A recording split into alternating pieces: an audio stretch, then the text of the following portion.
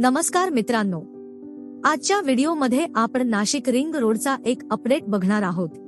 हा ring road कोणत्या भागातून आणि गावातून जाणार आहे याची यादी जाहीर करण्यात आली आहे। तसेच हा रिंग रोड कसा असणार आहे याविषयी संपूर्ण माहिती आज आपण बघणार आहोत। मित्रांनो, व्हिडिओमध्ये पुढे जाण्याआधी आपण जर आपल्या चॅनलवर नवीन असाल तर चॅनलला सबस्क्राइब करायला विसरू नका।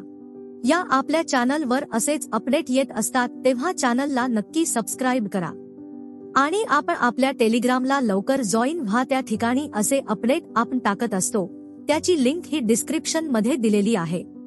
मित्रांनो, नाशिक शहरातील वाढती वाहतूक व सिंहस्थाच्या पार्श्वभूमीवर राज्य शासनाकडे रिंग रोडसाठी प्रस्ताव सादर करण्यात आलेला होता।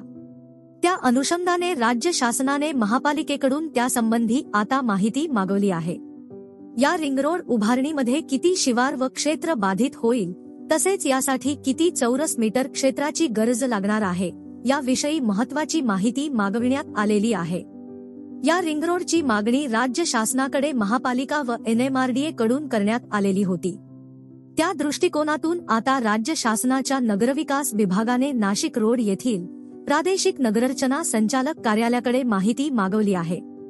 यामध्ये नाशिक महानगरपालिका हद्दीच्या बाहेरून जाणारे 2 रिंग रोड उभारले जाणार असून त्यातील पहिला रिंग रोड 26 किलोमीटर अंतराचा व दुसरा 30 किलोमीटर अंतराचा असे 56 किलोमीटर अंतराचे रिंग रोड तयार केले जाणार आहेत। याकरिता जवळपास 26 लाख चौरस मीटर जागेची आवश्यकता असून याकरिता भूसंपादनाच्या बदल्यात प्रोत्साहनपर TDR दिला जाण्याची शक्यता असून तो 1:3 या पद्धतीचा असणार आहे। यामध्ये 2 रिंग रोडचा समावेश असून एक 60 मीटर व दुसरा 36 मीटरचा असणार आहे। 60 मीटरचा रिंग रोड कोणत्या भागातून जाणार? हा विल्होळी शिवार, पाथर्डी शिवार, वालदेवी नदीला समांतर, पिंपळगाव खांब पासून विहितगाव, शहरातील नाशिक पुणे महामार्ग ओलांडून पंचक, माड सांगवी शिवार व पुढे आडगाव शिवार तसेच ट्रक टर्मिनसच्या बाजूने महामार्गाला मिळणार आहे। 36 मीटरचा रिंग रोड कोणत्या भागातून जाणार?